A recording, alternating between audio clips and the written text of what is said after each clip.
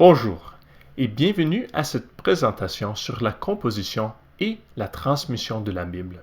Je m'appelle Jacques Boulet, je suis le directeur de Farel, Institut de théologie réformée. À la suite de cette présentation, si vous trouvez que vous voulez plus savoir, voici quelques ressources dans la bibliographie. Et voici le sommaire de la présentation. Il y aura une introduction. Pas de surprise. Après cela, une partie sur la composition de l'Ancien Testament.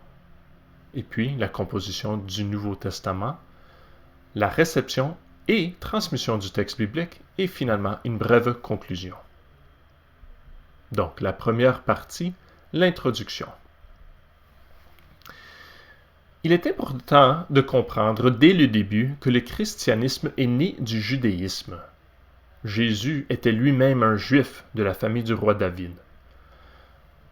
Il n'est pas surprenant que les premiers chrétiens étaient eux aussi des juifs. La différence entre ceux qui étaient chrétiens et ceux qui ne l'étaient pas, c'était la conviction que Jésus de Nazareth était le Messie tant attendu. Par conséquent, les chrétiens et les juifs partagent même aujourd'hui en grande partie les mêmes écritures.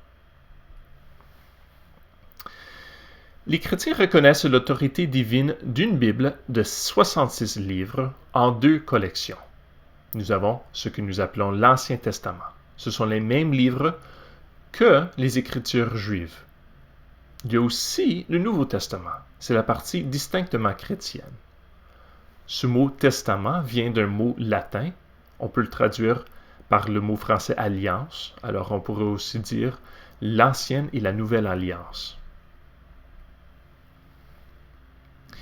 L'Ancien Testament comporte 39 livres de différents genres et longueurs. Alors on peut trouver de la poésie, des récits, des lois. L'Ancien Testament a été composé sur une période d'environ 1000 ans. Ce qui est intéressant, c'est que souvent l'auteur n'est pas identifié par le texte même.